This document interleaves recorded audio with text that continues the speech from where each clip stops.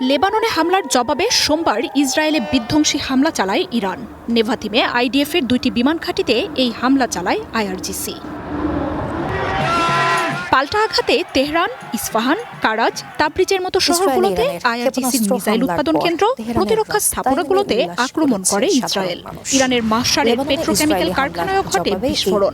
জবাবে ইসরায়েলের হাইফার পেট্রোকেমিক্যাল কারখানায় মিসাইল হামলা চালায় আইআরজিসি। পশ্চিম তীরে ইসরায়েলি দখল করা এলাকাগুলোতে আছড়ে পড়ে ইরানি মিসাইল। তেল আবিবের বিরুদ্ধে আক্রমণে যোগ দেয় ইরানের নেতৃত্বাধীন ইয়েমেনের সশস্ত্র প্রতিরোধ গোষ্ঠী হুথি। স্পর্শকাতর সামরিক স্থাপনা সহ তেল আবিব ও সেন্ট্রাল ইসরায়েলে মিসাইল হামলার কথা জানায় বাহিনীটি। পাশাপাশি লোহিত সাগরের বাবেল মান্দেব প্রণালীতে তেল আবিব সংশ্লিষ্ট নৌযান সম্পূর্ণ নিষিদ্ধের ঘোষণা দেয় দলটি। ইসরায়েলি দখলদারদের বিরুদ্ধে ইয়েমেনি সশস্ত্র বাহিনীর ছোড়া মিসাইল ব্যারেজ লক্ষ্য অর্জনে সফল হয়েছে। আমরা লোহিত সাগরে ইসরায়েলের গতিবিধিতে সম্পূর্ণ নিষেধাজ্ঞা দিচ্ছি। এই মুহূর্ত থেকে লোহিত সাগরে শত্রুদের যে কোনো কিছু আমাদের হামলার বৈধ লক্ষ্যবস্তু হবে। একই সাথে ইসরায়েলের দক্ষিণাঞ্চলে আইডিএফের ওপর হামলার কথা জানায় লেবাননের প্রতিরোধ গোষ্ঠী হিজবুল্লাহ। ড্রোন আক্রমণে বাহিনীটির ব্যাপক ক্ষয়ক্ষতির দাবি করেছে দলটি।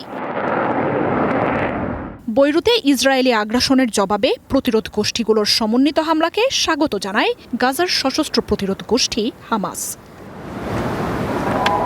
এদিকে পুরোদমের সংঘাত শুরুর শঙ্কায় ইসরায়েল জুড়ে ছড়িয়ে পড়েছে তীব্র আতঙ্ক। ইরান সহ প্রতিরোধ দলগুলোর হামলার পর তেল আবিব, জেরুজালেম, হাইফার মতো শহরগুলোর রাস্তা শূন্য হয়ে পড়ে। আশ্রয় কেন্দ্রগুলোতে ঢল নামে ভীত বাসিন্দাদের। হাসপাতালগুলোর কার্যক্রম সরিয়ে নেওয়া হয় ভূগর্ভস্থ স্থাপনায়। ব্যাপক হামলা পাল্টা হামলায় মধ্যপ্রাচ্যে পুরোদমের সংঘাত শুরুর শঙ্কার মধ্যেই আপাতত ইসরায়েলের বিরুদ্ধে সামরিক অভিযানের সমাপ্তি ঘোষণা করেছে ইরান। খাতামাল আনবিয়া এক বিবৃতিতে জানিয়েছে, লেবাননে হামলা না হলে আর আক্রমণ চালাবে না তেহরান। তবে আবারও হামলা চালালে আগ্রাসী দেশটিকে কঠোরতম জবাব দেয়া হবে বলে হুঁশিয়ারি দিয়েছে বাহিনীটি। মার্জিয়া উপমা, ওয়ান ইন্টারন্যাশনাল ডেস্ক।